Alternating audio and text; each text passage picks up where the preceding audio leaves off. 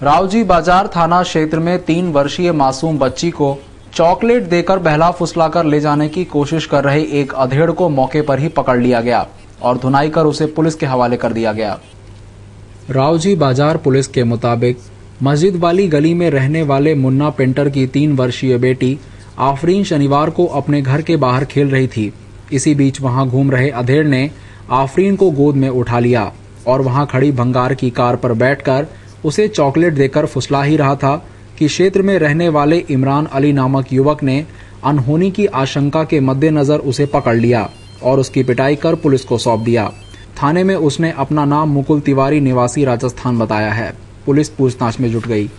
में कुछ लड़के क्रिकेट खेल रहे थे तो वहाँ पर आफिया पुत्री मुन्ना का उम्र करीब 2-3 वर्ष है उसको मुकुट बिहारी मीणा जो कि राजस्थान में झालावाड़ जिले का रहने वाला है, वो चॉकलेट खिला के उसको गोद में उठा लिया था और ऐसा बताया गया है कि ले जाने का प्रयास कर रहा था उसको। इस स्थिति में उसको पकड़ लिया लोगों ने और बच्ची सहित लेकर के थाने पर आए हैं। रविवार की सुबह चंदननगर थाना क्षेत्र के मदीना मस्जिद के पास एक कार ने 7 साल के मासूम को कुचल दिया। घटना के बाद चालक कार छोड़कर भाग गया तो उत्तेजित लोगों ने कार को क्षतिग्रस्त कर स्पीड ब्रेकर की मांग को लेकर थाने का घेराव कर दिया। सीएसपी गुरैया ने बताया कि मदीना मस्जिद के सामने कार ने 7 वर्षीय मासूम रशीद को कुचल दिया। इस हादसे में रशीद की मौत हो गई और चालक कार छोड़कर भाग गया तो रहवासियों ने कार को क्षतिग्रस्त कर दिया। बाद में स्पीड ब्रेकर की मांग को लेकर रहवासी थाने आए थे। पुलिस ने कार जब्त कर चालक की तलाश शुरू कर दी है।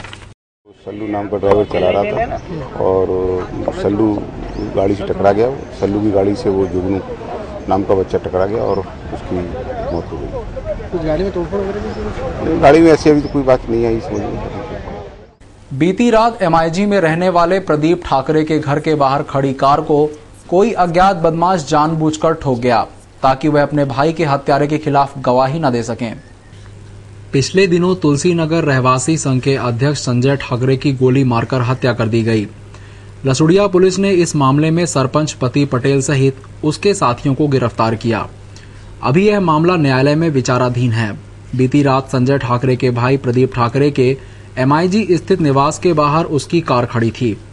कोई अज्ञात बदमाश उस कार को जानबूझकर ठोक गया ताकि प्रदीप हत्यारों के खिलाफ गवाही नहीं दे सकें। इस बारे में प्रदीप का कहना था, रात को हुई है, हम लोग सो रहे थे और ऐसी मेरी व्यक्तिगत किसी से कोई दुश्मनी नहीं है। सिर्फ मेरे जो भाई है स्वर्गीय संजय ठाकरे, उसकी हत्या का ही केस चल रहा है कोर्ट में और उन्हीं लोगों का शक जारी है क्योंकि मेरी पूरी कॉलोनी में, पूरे इंदौर में किसी से कोई दुश्मनी नहीं है। और घर की गवाह भी उतरना बाकी है कोर्ट में। 14-15 तारीख को कोर्ट में तारीख भी थी। 14 तारीख को गवाह देने गए थे घर के परिवार के लोग, तो जज साहब छुट्टी पे होने के कारण गवाह नहीं हो पाई और उसके बाद में ये हुआ है आज दूसरे दिन। शहर में पुलिस के लाख दावों के बावजूद चेन लूट की वारदातें रुकने का नाम नहीं ले रही। शनिवार सुबह छतरीपुरा क्षेत्र में मंदिर जा रही एक महिला को बदमाशों ने अपना निशाना बनाया और चैन लूटने की नाकाम कोशिश कर फरार हो गए। चैन लूट की यह वारदात सीसीटीवी कैमरे में कैद हो गई। लोधीपुरा निवासी माला सिंह शनिवार सुबह मंदिर जाने के लिए घर से निकली थी। महिला पैदल ही मंदिर जा रही थी, तभी रास्ते में आए बाइक सवार 2 बदमाशों ने महिला के गले से चैन झपटी और फरार हो गए। हालांकि चैन बदमाश ले जा नहीं पाए क्योंकि चैन महिला के गले में अटक गई थी और टूटकर गिर गई थी। माला महिला ने मौके पर बदमाशों को पकड़ने के लिए राहगीरों से मदद भी मांगी, लेकिन बदमाश तब तक फरार हो चुके थे। यह वाकया गली में लगे सीसीटीवी कैमरों की नजर से नहीं बच पाया। जो सीसीटीवी फुटेज पुलिस के हाथ लगे उसमें बदमाशों की हरकत साफ नजर आ रही है। पहले तो लग रहा था कि बदमाश 2 ही हैं, लेकिन फुटेज के मुताबिक आरोपियों की तादाद 6 से ज्यादा थी। आरोपी 2 बाइक और एक वैन में होकर आए थे, जिन्होंने बकायदा पहले गली में रेकी की और फिर महिला को मंदिर में दान की बात पूछते हुए निशाना बनाया। महिला व्यवसायी परिवार से है। जिस तरह से बदमाश वैन लेकर भी आए थे, पुलिस को लग रहा है कि संभवतः आरोपी महिला के अपहरण की कोशिश में हो। फिलहाल माला या उसके परिवार की ओर से तो कोई शिकायत पुलिस में नहीं की गई है, लेकिन पुलिस जरूर अपने स्तर पर आरोपियों की धरपकड़ की कोशिश कर रही है। जूनी इंदौर थाना क्षेत्र में रविवार की सुबह एक व्यक्ति को वाहन चालकों से अवैध वसूली करते रंगे हाथों पकड़कर पुलिस के हवाले कर दिया गया। पुलिस उससे सघन पूछताछ में लगी है। सीएसपी राजेश सहाय ने बताया कि सुबह बसंत राठी नामक व्यक्ति अपनी बाइक पर 2 लोगों को बैठाकर ले जा रहा था कि रास्ते में उसे एक सादी वर्दी वाले ने रोककर अपने आप को पुलिस वाला बताते हुए चालान के 1000 रुपए मांगे। इस पर राठी ने इतने पैसे नहीं होने की बात कही तो कथित पुलिस वाले ने 500 रुपए मांगे। राठी को शक हो गया। उसने घटना की खबर जूनी इंदौर थाने को दी और उसे धर दबोचा गया। पकड़े गए व्यक्ति ने अपना नाम संदीप तिवारी निवासी चंद्रभागा बताया। पुलिस उससे सघन पूछताछ में लगी है। हमारा एक मित्र है, उसका सिर फट गया तो मिलने जा रहे थे, तो ये भैया आगे से आए, हमको नहीं बोले कि आ रहे हैं, ये आए आगे से हमको रोका, बोले कि उनको देख के भगे तुम, वहाँ चेकिंग कर रही थी। मैं साहब हम तो कोई भगे नहीं, तो बोले तुम भगे। मैंने भगते तो हम खड़े क्यों थे, भग नहीं जाते। बोले कि नहीं, आप बोले गाड़ी लगाओ, गाड़ी चाबी निकाल दी गाड़ी। बोले कि कहाँ जा रहे हैं, अस्पताल जा रहे हैं। तो उन्होंने बोला कि गाड़ी के पेपर बताओ। तो इन्होंने भैया की गाड़ी गाड़ी यही चलाते भैया। तो बोले कि पेपर तो नहीं है भैया, पेपर घर पे पड़े हैं और बीमा भरने के लिए दिया। बोले साहब को चलो 1000 रुपये लगेगा। तो हमने बोला साहब हम तो गरीब आदमी, हम कहाँ से 1000 रुपये देंगे। तो ये बोले अब क्या करना, बोलो अब क्या करना, ऐसा करना। तो इस बातचीत करे थे, इससे मेरे गार्ड साहब आए। हाँ, तो उन्होंने बोला कि क्या हुआ। मैंने साहब इन्होंने हमको रोका है, वो ये बोले गाड़ी के कागज वगैरह, ये तो 1000 रुपये पेनल्टी लगेगी। हमने क्या गरीब आदमी सब। तो उन्होंने बोला कि उन्होंने उनका वो बता, आपका कार्ड बताओ। बोले मैं वहाँ समाज सेवक से हूँ। ये बोले तो भैया इनको लाए ना, तो पुलिस वाला बता देंगे। हाँ, ये बोला पुलिस वाले ही। हाँ, ये खुद बोले ना, क्या बोले, खुद बोले पुलिस वाले। बोले मैं समाज सेवक से हूँ, ऐसे कुछ बोले। तो उन्होंने बोला कि आपका कार्ड बताओ। तो बोले लो बात करो तिवारी से। बोले तिवारी जी कौन, बोले मैं नहीं जानता हूँ। तो उन्होंने फिर उन्हें कंट्रोल रूम लगाया, गार्ड साहब ने कंट्रोल रूम पर वहाँ से गाड़ी भेजो। बोले कि ये गाड़ी रोकी है, चेकिंग करे, एक अनजान आदमी चेकिंग करी है। तो फिर साहब उन्होंने ये साहब आए, साहब 3 साहब आए, फिर खड़े रही, अंकल जी भी आ गए थे। अंकल जी भी खड़े, इन्होंने बोला भागने पर बेटा, हम तो भागेंगे नहीं, हम तो वहीं देंगे हमारी वजह से कोई। भाजपा के महा जनसंपर्क अभियान के तहत स्वास्थ्य मंत्री महेंद्र हार्डिया ने वार्ड क्रमांक 40 के पार्षद सुनील पाटीदार के साथ सघन जनसंपर्क अभियान कर वहां की समस्या जानी।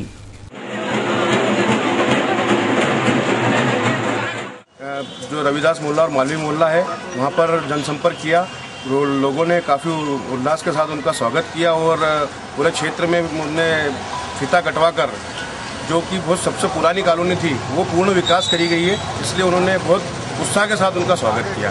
और इसके साथ ही जो एक सड़क का निर्माण हुआ है 10 लाख की लागत से, उसका भूमि पूजन करा और काफ़ी हर्ष के साथ, अच्छी संख्या के साथ लोगों ने।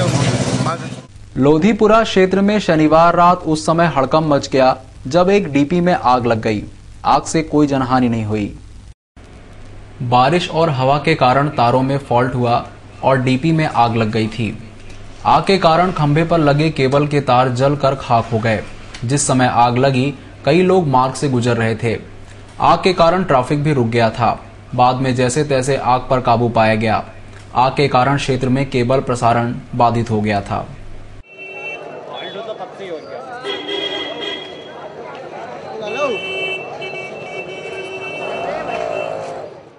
रविवार की सुबह कृष्णपुरा छतरी पर मिशन 13 के तहत समाजवादी पार्टी की बैठक हुई। बैठक में चुनाव को लेकर कई महत्वपूर्ण निर्णय लेते हुए युवाओं को आगे लाने की बात कही गई। ये तय किया गया है कि प्रत्येक विधानसभा में एक बैठक कर सम्मेलन की तैयारी की जाए और विधानसभा उम्मीदवारों की दावेदारियों को एकत्रित करके प्रदेश कार्यालय को सूचित करें।